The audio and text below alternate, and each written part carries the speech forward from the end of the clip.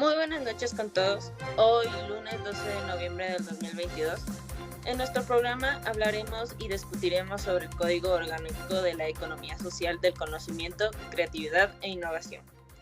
Como primer punto, explicaremos qué es el Código Orgánico de la Economía Social de los Conocimientos, Creatividad e Innovación. Se puede decir que el código tiene por objeto normar el Sistema Nacional de Ciencia, Tecnología, Innovación y Saberes Ancestrales y su articulación principalmente con el Sistema Nacional de Educación, el Sistema de Educación Superior y el Sistema Nacional de Cultura, con el fin de generar un marco legal en el que se estructure la economía social de los conocimientos, la creatividad y la innovación. Este presenta 4 fines.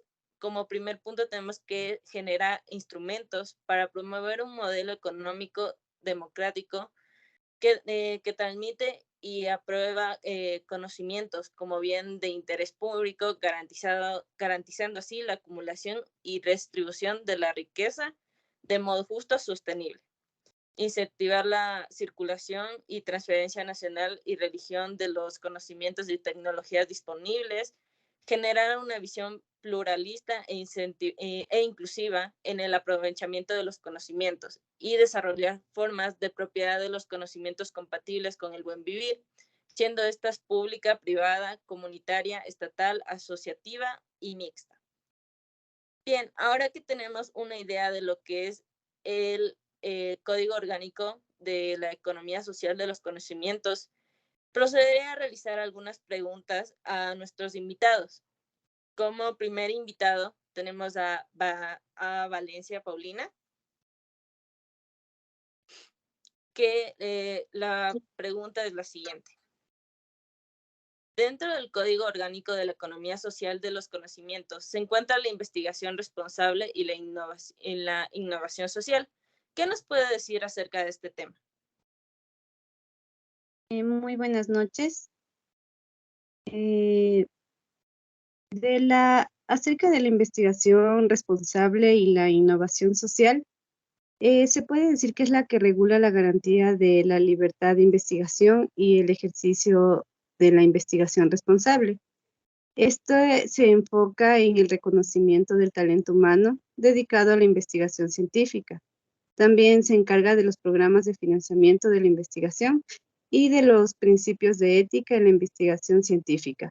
Esto también apoya en la investigación científica en la biodiversidad y de la innovación social.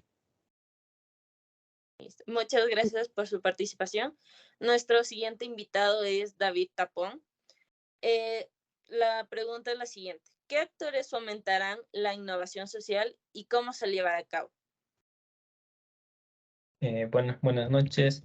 Respondiendo a tu pregunta sobre los actores que fomentarán, esta innovación social fomentará la interacción de los diferentes actores, medios e instrumentos del Sistema Nacional de la Ciencia, Tecnología, Innovación y Saberes Ancestrales. También se lo llevará a cabo a través de ecosistemas de innovación social, estos que están orientados al aprovechamiento efectivo de los resultados, tanto de las investigaciones, ideas creativas o tecnologías con el fin de crear y desarrollar emprendimientos innovadores.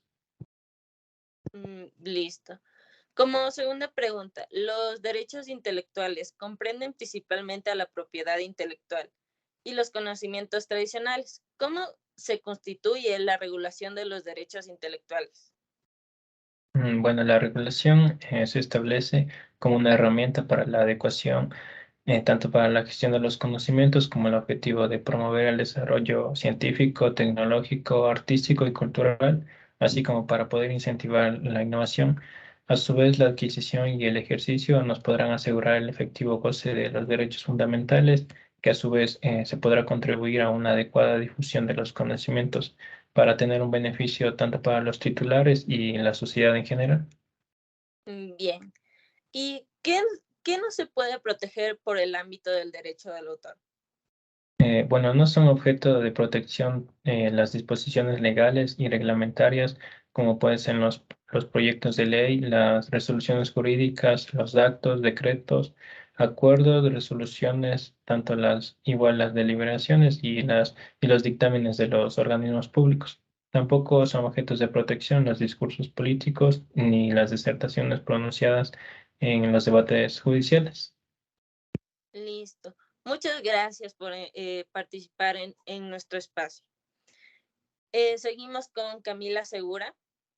Tu pregunta es, ¿a qué se refieren los derechos exclusivos? Buenos días con todos y gracias por invitarme. Como se menciona en el artículo 120, la obra no se puede reproducir, aunque si se revende, el autor recibe el derecho de remuneración equitativa. Y también esta obra puede ser comunicada por cualquier medio de difusión y asimismo se puede distribuir ya sea mediante venta, arriendo o alquiler, para que el público pueda acceder a ella desde cualquier lugar y tiempo. Y también tienen derecho a traducir, adaptar, transformar o arreglar esta obra. Bien, ¿y qué prohibiciones existen? Como se menciona en el artículo 128, se prohíbe realizar cualquier acto que tenga como finalidad inducir, permitir, facilitar u ocultar la infracción de cualquiera de los derechos. Esto, explicado más específicamente, se refiere a que suprimir o alterar sin autorización cualquier información electrónica sobre la gestión de derechos y distribuir o comunicar al público sin autorización ejemplares de obras va a tener una sanción. Yeah. ¿Y cómo se protegería este software? Esto nos menciona en el artículo 131 y nos dice que el software se protege como una obra literaria, de la cual se puede realizar las adaptaciones necesarias para el autor. Además, el titular de los derechos sobre un software es la persona natural o jurídica que toma la iniciativa y la responsabilidad de la realización de la obra. Como última pregunta, ¿quiénes son los coautores de las obras individuales? En este caso, según el artículo 152, son el director, realizador, los autores del argumento de la adaptación y del guión y diálogos, el autor de la música compuesta que es especialmente para la obra y el dibujante en el caso que sean diseños animados. Listo. Muchísimas gracias por participar. Nuestra siguiente invitada es Andrea Llanes. Su pregunta sería la siguiente. ¿Cómo se puede determinar si el uso de la obra o presentación es adecuado a lo establecido en el artículo 211? Buenos días con todos. De acuerdo a lo que nos dice el artículo 211, se puede determinar el uso justo de la obra o presentación debido a lo establecido en el Código Orgánico de la Economía Social, de los conocimientos y los tratados internacionales de los que Ecuador es parte, en donde se consideran los siguientes factores como los objetivos y la naturaleza de su uso, la naturaleza de la obra, la cantidad de la importancia de la parte usada en relación con la obra en su conjunto, el efecto de uso en el valor del mercado actual y potencial de la obra, y por último el goce y ejercicio efectivo de otros derechos fundamentales. Listo. Muchas gracias por compartir tu idea. Nuestra siguiente invitada es Jennifer Zurita. Su pregunta es, ¿qué requisitos se necesitan para cumplir la constitución de sociedades de gestión colectiva? Ya, muy buenos días, muy amable por tu pregunta. Los siguientes requisitos para ser constituido una sociedad de gestión colectiva, primero debería ser aprobado por una autoridad nacional competente en materia de derechos intelectuales. Por siguiente, los siguientes requisitos sería, la entidad debe cumplir con todos los requisitos que mencionamos en el artículo 296 y debe constar con mínimo 50 socios titulares ecuatorianos. Deben contar con los recursos suficientes para realizar las gestiones y actividades. Listo. Como segunda pregunta, ¿qué requisitos se necesita cumplir para obtener la autorización de funcionamiento de las sociedades de gestión colectiva? Claro, los siguientes requisitos que deben cumplir deben estar debidamente constituido, como se mencionó anteriormente, y esta entidad solicitante debe reunir los recursos suficientes para asegurar su eficaz administración. Al igual que acredite y represente un repertorio cuantitativamente significativo, debe tener una gestión colectiva tanto en el extranjero como nacional y debe constar con los manuales y procedimientos internos.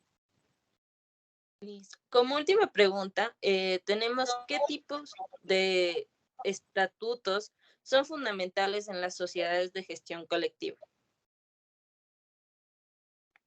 Ya, existen 3 tipos de estatutos, los cuales son, 1, los socios que participan en estas sociedades, tenemos a los órganos de gobierno y a su respectiva representación, y por último tenemos al patrimonio y sus balances financieros que deben ser propios presentados a los socios. Muchas gracias. Muchas gracias por participar. Nuestro siguiente invitada es Marjorie Porras. ¿Cómo estás? Buenas noches. Buenas noches. Su primera pregunta es, ¿qué podemos registrar como marca? Ok, primero enviando un saludo a todos los televidentes y pues respondiendo a tu pregunta, según se menciona en el artículo 359, se entenderá por marca a cualquier signo que sea apto para distinguir productos o servicios en el mercado. Podrán registrarse como marcas los signos que sean susceptibles de representación gráfica. La adquisición de la marca confiere a su titular el derecho a impedir que terceras personas realicen sin su consentimiento cualquier acto.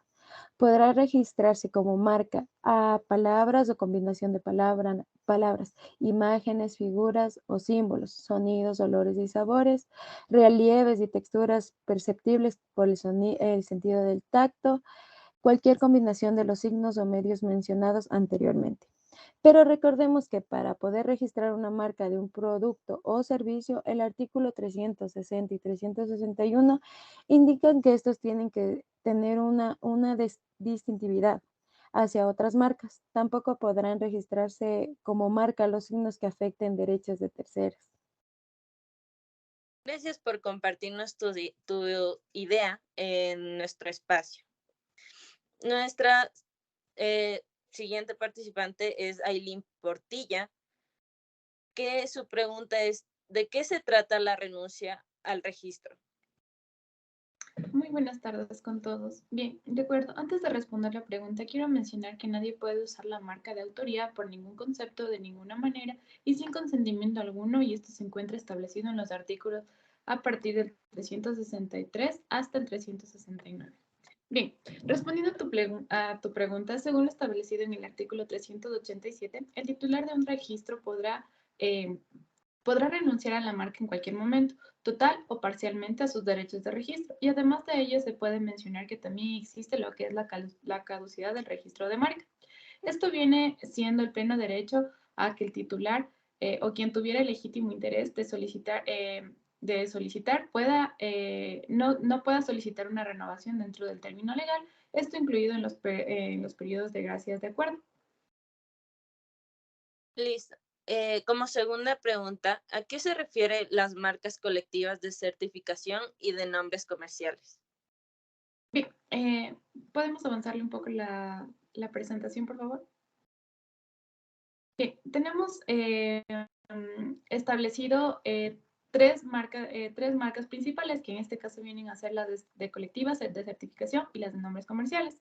Para ello quiero citar a 3 artículos principales. En este caso, el artículo 1, el artículo 401 nos habla de las marcas colectivas, en donde dice que todo signo que sea apto para distinguir el origen o cualquier característica común de productos o servicios pertenecientes a 2 o más personas o empresas diferentes que lo utilicen bajo un control de titular. Dentro del artículo 406 tenemos que se determinará por marca de certificación todo lo que sea aplicado a productos o servicios cuya calidad de origen u otra característica ha sido certificado por el titular de la marca. Y finalmente tenemos a lo que son de nombre comercial, que en este caso se identificará para a una persona o establecimiento mercantil en el ejercicio de su actividad comercial o económica que sea distinguida de las demás que desarrollan dicha actividad. Muchas gracias por aclararnos de estas dudas y por compartir tu información. A continuación tenemos a Doménica Quinde. Su pregunta es, ¿qué nos puede mencionar acerca de los signos distintivos notoriamente conocidos? Buenas noches, muchas gracias por la invitación. Bien, lo que puedo responder a tu pregunta es, pues, en el artículo 459 nos indican la definición de los signos distintivos notoriamente conocidos Y pues básicamente es reconocido como tal en el país o en cualquier país miembro del convenio o con el que el Ecuador mantenga un tratado de materia de propiedad industrial.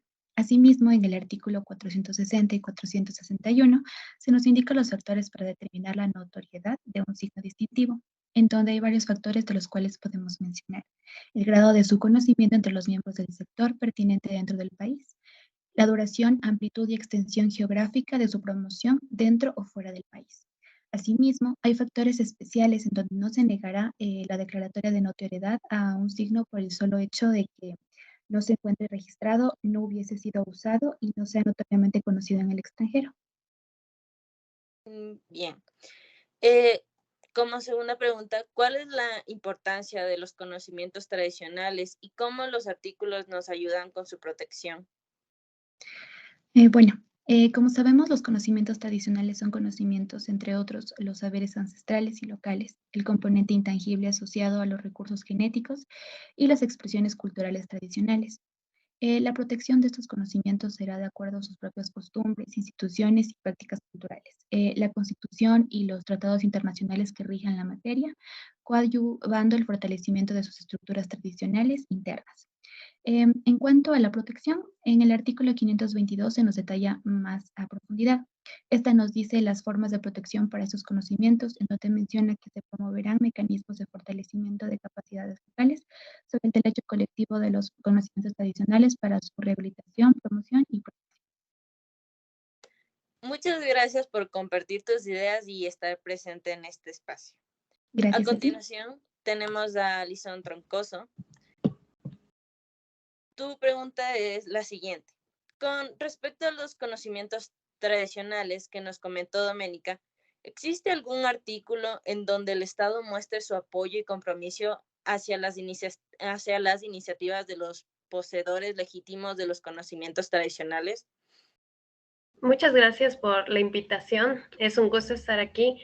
Y en realidad sí, en el artículo 527 del Código Orgánico de la Economía Social de los Conocimientos se establece un especial apoyo del Estado a todas las iniciativas de estos legítimos poseedores de los conocimientos tradicionales. Entonces establece este respeto de acuerdo al derecho libre de determinación, de desarrollo cultural, y todo esto va a hacer que el Estado promueva y apoye todo el fortalecimiento de las capacidades e iniciativas que tengan las comunidades al transmitir todo su conocimiento. Entonces, se va a proporcionar recursos técnicos, financieros, para que todos estos derechos intelectuales sean protegidos como se debe. Bien, y en caso de querer hacer uso de los conocimientos tradicionales que nos menciona, ¿qué se debe considerar? Bueno, es importante considerar dos artículos en especial, el artículo 528 y el artículo 529.